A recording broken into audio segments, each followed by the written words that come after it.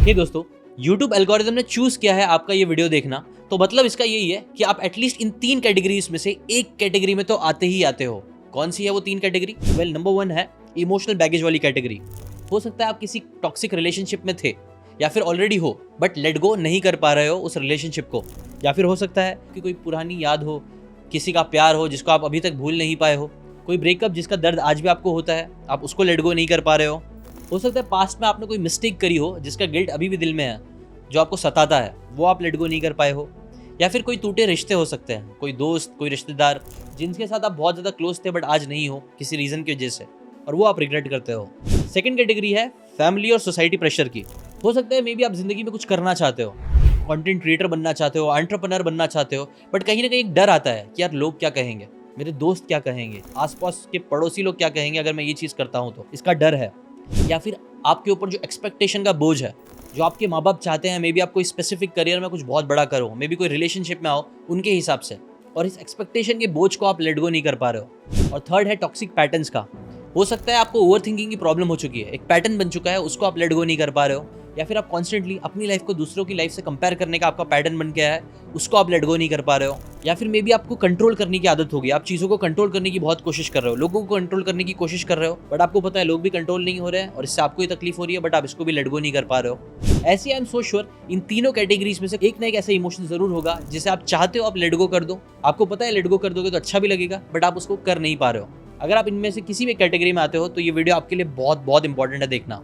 But जब तक आप इन इमोशंस को लेट गो नहीं कर पाओगे तब तक आपकी लाइफ ऐसी ही है जैसे एक पतंग और मांझा, जिसका मांझा उलझा है इसलिए आप ऊंचा उड़ नहीं पा रहे हो, लेकिन जैसे ये उलझन सुलझ जाएगी आपका मांझा खुल जाएगा, आपकी पतंग ऊंची उड़ेगी, आपकी लाइफ ऊंची उड़ेगी। इनफैक्ट इसी टॉपिक के ऊपर दिव्या कृति जी का ये वीडियो देखो। अगर आप खुद को हैंडल नहीं कर सकते तो दुनिया को क्या हैंडल करेंगे? दुनिया को हैंडल करने से पहले खुद को हैंडल करना सीखना पड़ता है, और उसका सबसे आसान जो रामबाण उपाय है उसको बोलते हैं द आर्ट ऑफ लेटिंग गो। जाने दो। तारुफ समझते हैं? तारुफ मतलब परिचय, इंट्रोडक्शन। कहते तारुफ रोग बन जाए तो उसको भूलना बेहतर।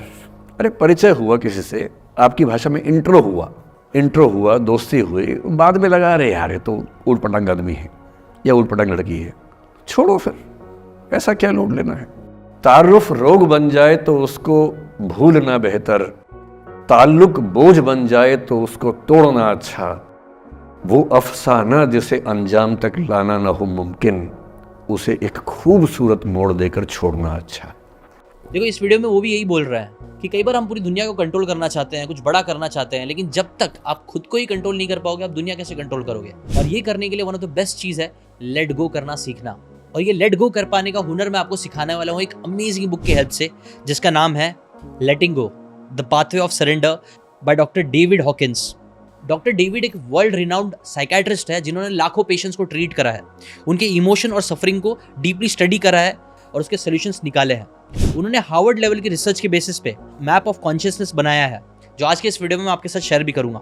इनफैक्ट मैं आज के इस वीडियो में 7 स्पेसिफिक लेसन आपके साथ शेयर करने वाला हूँ एक एक करके, जो इन साइकाट्रिस्ट ने अपने बहुत ही सक्सेसफुल करियर में सीखी है। प्लस इस वीडियो के एंड में मैं एक सिंपल 4 स्टेप की एक्सरसाइज बताने वाला हूँ जिसके हेल्प से आप किसी भी इमोशनल प्रॉब्लम को समझ सकते हो और उसे लेट गो कर सकते हो। So now let's start. पहला लेसन जो आपको लेट गो करने के लिए समझना पड़ेगा वो है सरेंडरिंग इज स्ट्रेंथ। अगर मैं आपको एक डेजर्ट में छोड़ दूं तो आपके लिए पानी ढूंढना बहुत मुश्किल होगा। आप ये वीडियो देखो। आपको पता है बबून चिल्ला रहा क्यों है? बिकॉज एशियाड अफ्रीका वाले लोगों के पास एक जीनियस स्ट्रैटेजी थी पानी फाइंड आउट करने की, जिसके अंदर वो लोग बबून का यूज करते थे कुछ ऐसे। बेसिकली वो लोग क्या करते थे, उनको पता था कि जो बबून्स होते हैं ना, जो बंदर होते हैं, उनको हमेशा एक सोर्स, पानी का सोर्स जो बड़ा होता है वो पता होता है, बट वो लोग ऑब्वियसली ऐसे तो बताएंगे नहीं, तो इसलिए वो लोग एक स्ट्रैटेजी यूज करते थे। बेसिकली स्ट्रैटेजी कुछ ऐसी थी ना कि जो मलाहारी लोग होते थे वो लोग एक एंट हिल में, जो मिट्टी का आप बोल सकते हो पहाड़ जैसा होता है छोटा सा, उसके अंदर एक छोटा सा छेद करते थे, और उस छेद के अंदर वो लोग कोई भी इंपॉर्टेंट रिसोर्स डाल देते थे जो बंदरों को बहुत पसंद है, चाहे फिर वो नमक हो या फिर उनके टेस्ट की कोई सीड या फ्रूट। अब बंदरों के लिए क्योंकि वो चीज़ बहुत अट्रैक्टिव है, जैसे फॉर एग्जाम्पल नमक, जो डेजर्ट में यूजुअली मिलता नहीं और जो कि बहुत स्कैर्स रिसोर्स है, जिससे बदन में पानी रिटेंशन बढ़ता है, तो वो बहुत अमेजिंग चीज़ होती है डेजर्ट में मिलना, जो मिलती नहीं है। तो जब बंदरों को मालूम पड़ता है कि वो खड्डे के अंदर नमक है तो वो लोग फौरन उसके अंदर जाते, अपना हाथ उस खड्डे में डालते और उसे निकालने की कोशिश करते। बट क्योंकि वो गड्ढा इतना छोटा रहता है तो जैसे ही वो लोग मुट्ठी बांधते हैं तो वो लोग कितना भी खींच ले वो मुट्ठी की वजह से उनका हाथ निकल नहीं पाता, जिसकी वजह से वो लोग चिल्लाने लगते हैं। लेकिन क्योंकि उन्होंने मुट्ठी बंद रखी है, वो छोड़ना नहीं चाहते जो चीज़ उनको मिल चुकी है, इसलिए क्या होता, बहुत ट्राई करने के बाद भी उनका हाथ नहीं निकलता। और इसी टाइम पे ये जो मलाहारी लोग होते थे वो लोग फौरन जाके उस बंदर को पकड़ लेते थे, और जैसे ही पकड़ते थे तब वो हाथ छोड़ता, लेकिन तब तक बहुत देर हो जाती। इसके बाद वो क्या करते, वो बंदर को बांध देते। उनको और जैसे कैंडी कैसे पसंद आती है बच्चों को, वैसे ही बंदरों को नमक पसंद आता है क्योंकि वो बहुत स्कैर्स है, इसलिए वो नमक चाटना चालू करते। और नमक चाटने के बाद क्या होता, आपको पता, अगर आप बहुत ज़्यादा नमक खा लोगे तो एक टाइम बाद आपको बहुत ज़्यादा प्यास लगने लग जाएगी। ऐसे ही बंदरों को जब प्यास लगने लग जाती तब उस टाइम पे वो उसे छोड़ देते और फिर बंदर भाग के जाते उस रिसोर्स के पास जो उन्होंने ढूंढ के रखी है बड़ी मेहनत से। और क्योंकि उसको इतनी प्यास लगी होती है इसलिए वो लोग केयर नहीं करते कि कौन उनका पीछा कर रहा है, और वो जाके इन एंशिएंट अफ्रीकन लोगों को पानी के सोर्स तक पहुंचा देते हैं। और इसी स्ट्रैटेजी से पानी मिल जाता एंशिएंट अफ्रीकन लोगों को। बट गेस व्हाट, ये सारी चीज़ें हुई कैसे? बिकॉज बंदर ने लेट गो नहीं करा। अगर बंदर पकड़ा ही नहीं जाता, उसका ऐसा आप बोल सकते हो दुर्व्यवहार उसके साथ किया ही नहीं जाता, उसका इतना इस्तेमाल हो ही नहीं पाता अगर वो पहले ही लेट गो कर देता। अब आप बोलोगे यार बंदर कितने स्टूपिड है ना, बट सच तो ये कि हम इंसान भी कई बार ऐसे होते हैं। कई बार हमें भी कोई ऐसी चीज़ मिल जाती है जो हमें लगता है बहुत काम की पावरफुल चीज़ है, तो हम उसको पकड़ लेते हैं। कई बार ये चीज़ हमारे इमोशंस होते हैं जिसे हमें वैसे तो लेट गो कर देना चाहिए, बट हम लेट गो नहीं करते हैं। इस वजह से कई बार हम फंस जाते हैं और इससे हमारा ही नुकसान होता है। सरेंडर करने में, अपने आप को थोड़ा सा खुला छोड़ने में बहुत ज़्यादा ताकत होती है। वर्ल्ड वॉर 2 के टाइम आपको याद होगा, अमेरिका ने हिरोशिमा नागासाकी बॉम्ब डाल दी थी जापान के ऊपर। क्यों डाल दी थी? क्योंकि जापान हार रही थी वॉर, फिर भी वो लोग सरेंडर करने से मान रहे नहीं थे, इसीलिए अमेरिका ने बॉम्बिंग कर दी, जिसके अंदर लाखों करोड़ों लोगों का नुकसान हुआ। बट इसके बाद कुछ और स्ट्रेंज हुआ। एक आदमी था हीरो ओनोडा नाम का, जो जापान का एक सोल्जर था। जापान जंग हार चुकी थी, सब लोग बोल रहे थे कि जंग हार चुकी है, जंग खत्म हो गई है, फिर भी ये इंसान सरेंडर करना मना कर दिया। वो बोला कि नहीं, जंग खत्म नहीं हुई, मैं अभी भी लड़ूंगा। इस बंदे ने अकेले बिना लोगों की सुने कई साल उसने ऐसे बिहेव किया कि अभी भी जंग चल रही है। वो जंगलों में रहने लग गया, अलग अलग जगह पर रहने लग गया, और उसने सरेंडर करने से मना कर दिया। जबकि उसके अगेंस्ट में एक और सोल्जर था, उसको जब मालूम पड़ा जापान ने सरेंडर कर दिया तो उसने भी सरेंडर कर दिया। और फिर सरेंडर करने के बाद उसने वापस से वो अपनी लाइफ पे गया, उसने अपने बीवी बच्चों के साथ ज़िंदगी बिताई और अच्छे से उसने एक पीसफुल ज़िंदगी बिताई। जबकि हीरो ओनोडा ने ऐसा नहीं किया। आपको पता है ये सरेंडर ना कर पाने की वजह से क्या हुआ? उनकी फैमिली ने भी उनके साथ बहुत बार कांटेक्ट करने की कोशिश करी, बट ओनोडा ने सीधा मना कर दिया। और ये सब चीज़ के चक्कर में उन्होंने अपनी ज़िंदगी के 29 साल बर्बाद कर दिए, जहाँ उनकी फैमिली को प्रॉब्लम्स हुई, उनको खुद को प्रॉब्लम हुई, जस्ट बिकॉज ऑफ वन चीज़, उनकी जिद, ये ना मानना कि जापान हार चुका है। अपनी हार को एक्सेप्ट ना करना और लेट गो ना कर पाने की वजह से उन्होंने अपनी ज़िंदगी के 29 साल और अपनी फैमिली मेम्बर्स की भी 29 साल काफ़ी ज़्यादा ख़राब कर दिया। इसलिए लेट गो कर पाने के लिए पहला प्रिंसिपल ये समझो, हमेशा नहीं बट कई बार सरेंडर करना आपके लिए काम करेगा। नेक्स्ट ये पॉइंट समझो कि इमोशंस एनर्जी होती है। जैसे कि फॉर एग्जाम्पल आपने कभी ये चीज़ ट्राई करी है, अगर आप एक प्लास्टिक बॉल ले लो जिसके अंदर पूरी हवा भरी होती है और उसको अगर आप पानी के अंदर डुबाने की कोशिश करोगे तो कितना भी आप पानी के अंदर उसको डुबाने की कोशिश करोगे वो ऊपर एकदम जोर से ऊपर आएगा और कई बार शायद आपको लग भी जाएगी। मुझे कई बार ऐसा लगा भी है। बात यह है कि आप उस बॉल को आप कितना भी दबाने की कोशिश करो, कुछ भी करने की कोशिश करो, आप थक जाओगे बट स्टिल वो बॉल नहीं डूबेगा। क्यों? क्योंकि उसके अंदर एक एनर्जी है और वो एनर्जी पानी के अंदर रहने के लिए नहीं बनी है, वो एयर पानी के अंदर रहने के लिए नहीं बना है, वो एनर्जी ऊपर ही आएगी। वैसे ही हमारे इमोशन और हर एक चीज़ में ना एनर्जी होती है, जिसे कई बार हम बहुत ज़्यादा दबाने की कोशिश करते हैं, कंट्रोल करने की कोशिश करते हैं, लेकिन ट्रस्ट में जितनी भी बार हम इस चीज़ को करने की कोशिश करते हैं उससे हमारा कुछ अच्छा तो नहीं होता है, सिर्फ एनर्जी वेस्ट होती है। इनफैक्ट कई बार ऑन द कॉन्ट्ररी ये चीज़ हमारे अंदर एंजाइटी और फियर पैदा कर देता है। इसलिए ये चीज़ को समझो कि इमोशन एनर्जी की तरह है, जिसे आपको बहुत ज़्यादा कंट्रोल करने की कोशिश नहीं करनी है।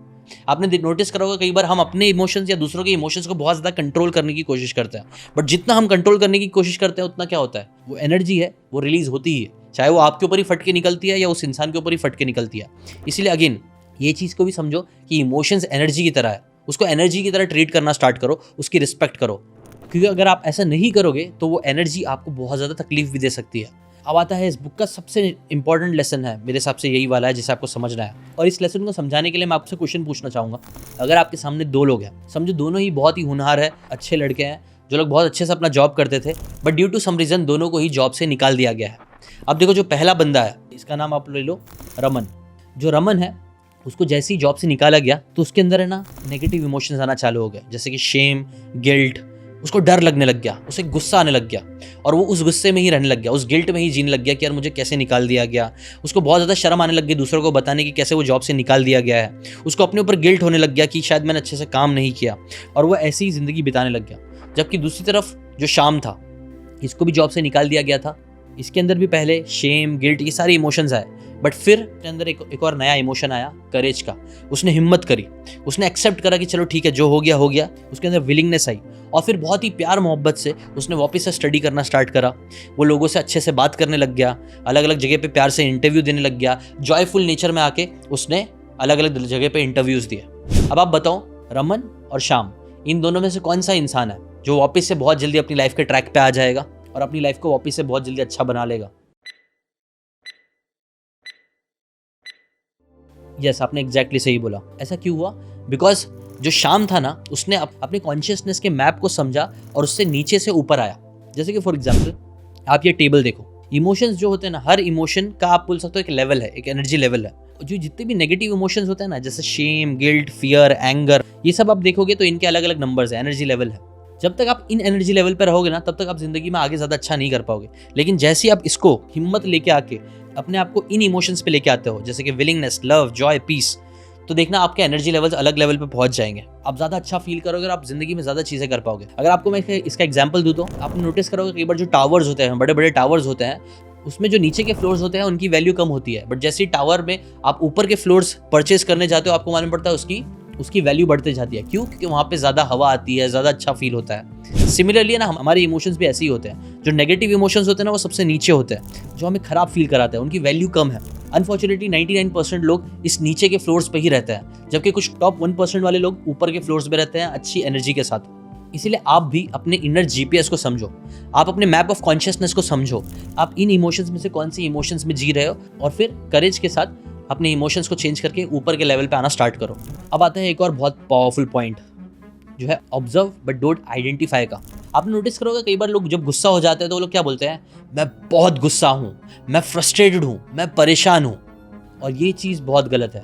बिकॉज आप एक चीज़ समझो, मैं हूँ, इसके बीच में आप क्या चीज़ बोलते हो ना, वो बहुत ज़्यादा इंपॉर्टेंट, बहुत ज़्यादा पावरफुल चीज़ है। अगर आप इसके अंदर गलत चीज़ें बोलोगे तो आप अपनी गलत आइडेंटिटी बनाना स्टार्ट कर दोगे ज़िंदगी में। जैसे कि फॉर एग्जाम्पल, अगर मैं बोल रहा हूँ मैं गुस्सा हूँ, तो आप कहीं ना कहीं क्या बोल रहे हो, मैं गुस्सा हूँ। नहीं, आप गुस्सा नहीं हो, आप इंसान हो, आपको गुस्सा आ रहा है। बट अगर आप गुस्से को ही अपनी आइडेंटिटी बनाने लग जाओगे तो एक बहुत बड़ी प्रॉब्लम होगी। क्या होगा प्रॉब्लम? कि देखो, कोई भी है ना अपनी आइडेंटिटी लूज नहीं करना चाहता है। तो अगर आप ये चीज़ मानने लग गए कि मैं गुस्सा हूँ, तो कभी भी आप हमेशा गुस्से से अपने आप को आइडेंटिफाई करोगे, और वो नहीं रहेगा तो आपको लगेगा यार कुछ तो गड़बड़ है, कुछ तो सही नहीं है। इसलिए इस चीज़ के लिए बहुत ज़्यादा ध्यान दो कि मैं डैश हूँ, इसके बीच में आप क्या बोलते हो। अगर आप इसके अंदर नेगेटिव चीज़ बोलोगे तो आप गलत चीज़ों से अपने आप को आइडेंटिफाई करोगे, जो प्रॉब्लम्स क्रिएट करेगा। इसे एक मेटाफोर से समझते हैं। आपकी ज़िंदगी समझो एक मूवी की तरह है। मूवी कब अच्छे से समझ में आती है? जब आप एक ही सीन में घुस जाते हो और उसी सीन के बारे में सोचते रहते हो, कि नहीं, एक के बाद एक सीन को चलने देते हो और देखते हो और फिर फिगर आउट करते हो कि हाँ, मूवी में पूरा क्या चल रहा है। अनफॉर्चुनेटली कई बार है ना, हम जिंदगी में भी ना ऐसे ही घुस जाते हैं, हम इमोशंस में घुस जाते हैं, और इस वजह से हम अपनी ज़िंदगी की मूवी को अच्छे से देख नहीं पाते हैं, समझ नहीं पाते हैं। याद रखो, आपका माइंड भी ना मूवी के स्क्रीन की तरह है, जहाँ आपके थॉट्स आएंगे, इमोशंस आएंगे, जो प्ले होंगे। बट अगर आप उसके अंदर, मूवी के अंदर ही घुस जाओगे, तो आप घूम जाओगे, आप अपने थॉट्स और फीलिंग्स में ही रह जाओगे, जबकि पूरी मूवी क्या चल रही है वो आपको समझ में ही नहीं आएगा। इसीलिए हमेशा ना एक स्टेप पीछे जाके क्या करो, अपने आप को आइडेंटिफाई करने के बजाय इमोशन से सिर्फ ये बोलो कि हाँ, मैं ये चीज़ को फील कर रहा हूँ। सिर्फ अपनी फीलिंग्स को ऑब्जर्व करना स्टार्ट करो। और यहीं से आता है next lesson, release attachment to find freedom. आपने पंचायत सीरीज अगर देखी हुई तो उसमें एक सीन है जहाँ पे नेताजी ना कबूतर को बहुत जोर से पकड़ता है, और जोर से पकड़ते हैं, फिर उसको उड़ाने जाते हैं तो वो मर जाता है। क्यों? बिकॉज आप भी नोटिस करना, अगर आपके भी हाथ में मैं कबूतर दूँ या कोई भी बर्ड दूँ, तो अगर आप उसको बहुत लूज पकड़ोगे तो वो उड़ के भाग जाएगा, बट अगर आप बहुत जोर से टाइट पकड़ोगे तो वो मर सकता है, उसको तकलीफ हो सकती है। ऐसे ही कुछ ना कई बार हमारे अटैचमेंट के साथ भी हो जाता है। हम कई बार अपने आप को ना कुछ अटैच कर लेते हैं चीज़ों से, दबाते हैं बेसिकली, तो इस वजह से प्रॉब्लम हो जाती है, तकलीफ हो जाती है। जबकि ऑन द अदर हैंड अगर हम किसी चीज़ को पकड़ ले और उसको बहुत लूजली रखें तो उसमें रिजल्ट्स नहीं मिलेंगे। जैसे कि फॉर एग्जांपल मीशा अग्रवाल करके एक कंटेंट क्रिएटर थी, जिन्होंने अनफॉर्चुनेटली सुसाइड कर लिया। क्यों? क्योंकि उनके फॉलोअर्स कम हो रहे थे। अकॉर्डिंग टू हर सिस्टर, उन्होंने बताया कि कैसे जब उनके फॉलोअर्स कम हो रहे थे तो शी स्टार्टेड फीलिंग वर्थलेस। और यहाँ पे एक बहुत इंपॉर्टेंट लेसन है हम सबके लिए समझना, कि देखो, कभी भी कोई भी अचीवमेंट, कोई भी चीज़ से अगर हम अपने आप को बहुत ज़्यादा अटैच कर लेंगे, तो ये बिल्कुल वैसे ही है जैसे एक कबूतर को बहुत ज़ोर से पकड़ना। जिसे आप बहुत ज़्यादा ज़ोर से पकड़ लोगे तो वो मर जाएगा, आपके इमोशंस भी मर सकते हैं, आपको बहुत ज़्यादा प्रॉब्लम हो सकती है। बट अगर आप उसको बहुत ज़्यादा लूज भी छोड़ोगे तो वो उड़ जाएगा। तो अगर आपको फॉर एग्जांपल कंटेंट क्रिएटर बनना है, एंटरप्रेन्योर बनना है, तो बहुत ज़्यादा अटैच भी मत रखना कि वो आपको मेंटली सफ़र, प्रॉब्लम क्रिएट करने लग जाए, या बहुत लूजली भी मत छोड़ना, वरना क्या होगा, ग्रोथ ही नहीं मिलेगी, आप आगे नहीं बढ़ पाओगे। इन चीज़ के बैलेंस को समझना ही बहुत इंपॉर्टेंट है। और इसके बाद आता है लास्ट इंपॉर्टेंट लेसन, जो है higher states are your natural birthright. मैंने अभी रिसेंटली एक रील देखा था जो बहुत पावरफुल है, आपको इसको समझना चाहिए। एक लड़का होता है, वो अपने पीछे ना एक गिफ्ट छुपाया रहता है और छोटा सा बच्चा रहता है जो एक्साइटेड रहता है कि उसको गिफ्ट मिलने वाला है। और जैसे ही फिर वो लड़का उसको गिफ्ट दिखाता है तो एक नॉर्मल सी पेंसिल होती है, बट वो बच्चा जैसे ही उस पेंसिल को देखता है हाथ की ताली बजाने लगता है, उछल उछल के खुश होने लग जाता है। और वो लड़का बोलता है यार it's just a pencil, why are you so happy. ना ये वीडियो बहुत पावरफुल है अगर आप इसके बारे में सोचो तो। देखो हैप्पीनेस है ना, कई बार आप नोटिस करना बच्चों में भी कई बार अंदर से ही होती है।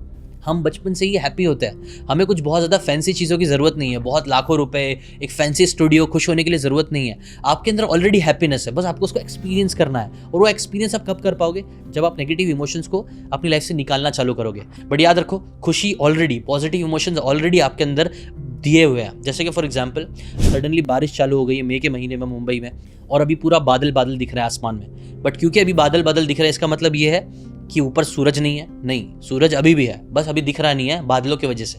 वैसे ही पॉजिटिव इमोशंस भी होते हैं, बचपन से ही वो आपके अंदर है।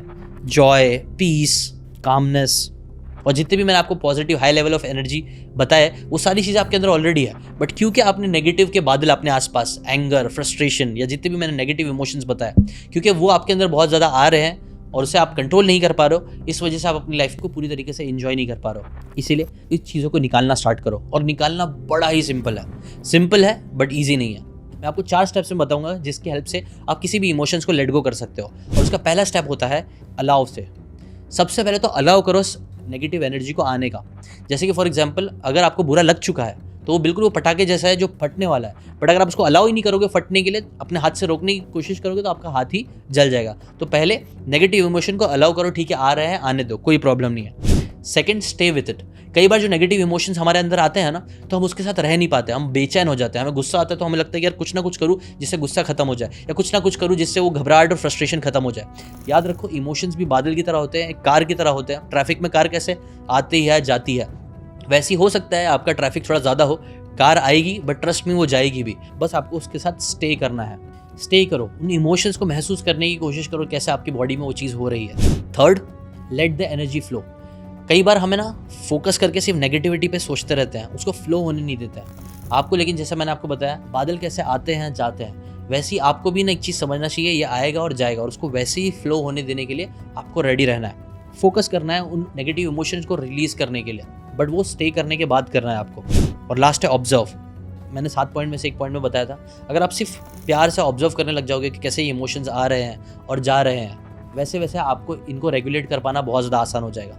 याद करो, लास्ट टाइम आप जब गुस्सा थे, आपको शायद लग रहा होता कि अब तो मैं गुस्से में ही रहूँगा, बट कितना भी ट्राई कर लो आप ज़िंदगी भर गुस्से में नहीं रह सकते हो। कई बार हम ट्राई करते हैं कि नहीं अब तो मैं सैड ही रहूँगा, आप कितना भी ट्राई कर लो, एक टाइम बाद आपका सैडनेस खत्म हो ही जाता है ना, क्योंकि इमोशंस आते हैं जाते हैं। इसीलिए बस ये सिंपल सा स्टेप है, 4 स्टेप है, इसको हमें प्रैक्टिस करना है। बट बात यह है, मैंने बोला आपको सिंपल है बट ईजी नहीं है, इसकी प्रैक्टिस करनी पड़ती है। मैक्सिमम लोग इसकी प्रैक्टिस नहीं करते हैं, इसीलिए आप अपने इमोशंस को कंट्रोल नहीं कर पाते हो।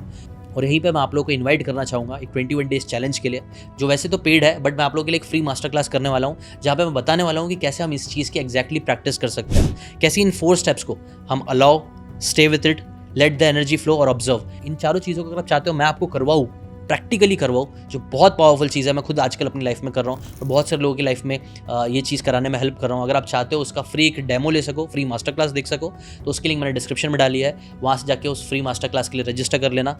मैं आपको इसको प्रैक्टिकली करके दिखा दूंगा कि कैसे आप अपनी लाइफ में इन चीज़ों को अप्लाई कर सकते हो।